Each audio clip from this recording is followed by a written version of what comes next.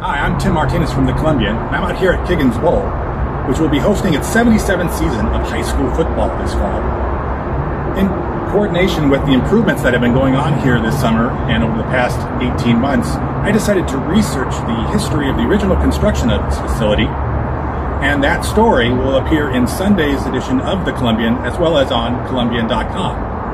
I hope you'll check it out, and to just offer you a little taste of some of the things I discovered, one of the first questions I had when I started it was, why is the field so far away from the grandstand? Kiggins Bowl was constructed to be a multi-use facility hosting a variety of events. This diagram from 1938 shows how a baseball-softball diamond would be positioned at Kiggins Bowl, along with a football field. However, not much football was played in the early years of Kiggins Bowl.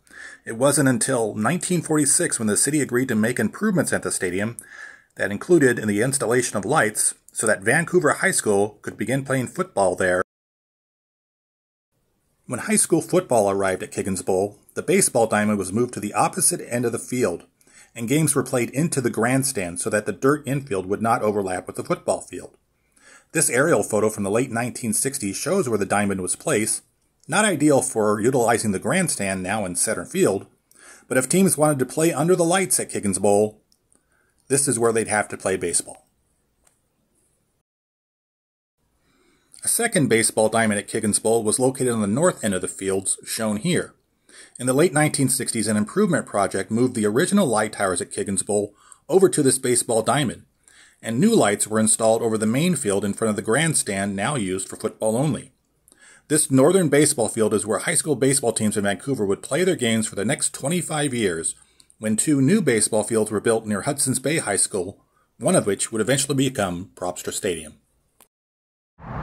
In 1995, the baseball field on the northern side of the Kiggins Bowl fields were replaced and graded over for grass athletic fields that would serve as the athletic fields for Discovery Middle School, which was built and opened in 1995 in the hillside above Kiggins Bowl. However, in order for the Discovery Middle School students to have access to those northern fields, the district built this concrete walkway behind me so that the students could have a way to reach those athletic fields to the north. However, to accommodate this, the football field had to be pushed an additional 10 yards further out away from the grandstand, making the front row of the Kiggins Bowl at the 50-yard line some almost 40 yards away from the playing field. It also offset the drainage system that was placed under the original grass fields here at Kiggins Bowl in the late 60s, and there were some concerns about that.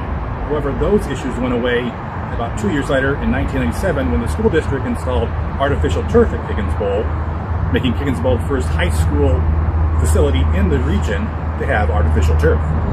So if you're out at Kiggins Bowl this fall watching some high school football and someone asks you, why are the players so far away from us? Now you'll be able to tell them. I hope you enjoyed this little tutorial about Kiggins Bowl. If you want to learn more, be sure to check out Sunday's edition of the Columbian and also go to Columbian.com. And also be sure to check out our high school football preview edition, which will also be in the Sunday edition of the Columbian. Thanks for watching.